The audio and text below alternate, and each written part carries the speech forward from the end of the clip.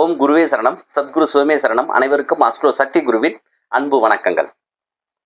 இந்த பதிவில் நம்ம என்ன பார்க்க போகிறோம் அப்படின்னா, செல்வத்தை அள்ளித்தரும் அட்சய நவமி அப்படின்றத பற்றி தான் நம்ம இந்த பதிவில் பார்க்க போகிறோம். ஐப்பசி மாதத்தில் அமாவாசைக்கு பிறகு வரக்கூடிய வளர்பிறை நவமி திதி அப்படின்றத பார்த்தீங்க அப்படின்னா, நமக்கு அட்சய நவமி அப்படின்னு சொல்லி சாஸ்திரத்தில் சொல்லப்பட்டிருக்கு. பஞ்சாங்கத்துலேயும் நீங்கள் பார்த்தீங்கன்னா அந்த அட்சய நவமி அப்படின்றது இருக்கும். அதில் ஐப்பசி இந்த வருடம் ஐப்பசி மாதம் 13ஆம் தேதி, அதாவது 30/10/2025 வியாழக்கிழமை அன்னைக்கு இப்போ ஒரு காலை 10:07 மணிக்கு மேலே பார்த்தீங்கன்னா இந்த அட்சய நவமி பார்த்தீங்கன்னா ஆரம்பிக்குது. மறுநாள் வெள்ளிக்கிழமை வரைக்கும் பார்த்தீங்கன்னா இருக்குது.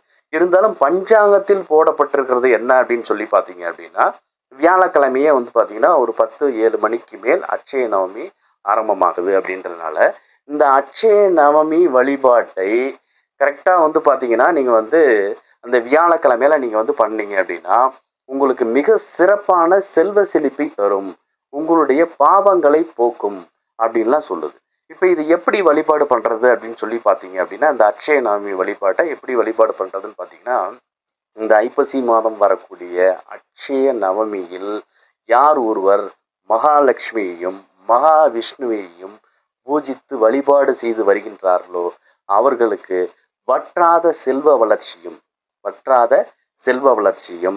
படிப்படியான பார்த்தீங்கன்னா முன்னேற்றமும், அவர்கள் பூர்வ ஜென்மத்தில் செய்த பாவங்களும் விலகி நல்ல வளமான வாழ்க்கையை நிச்சயம் நீங்கள் பார்த்தீங்கன்னா அடைவீர்கள் அப்படின்னு சொல்லி சாஸ்திரங்களில் சொல்லப்பட்டிருக்கு.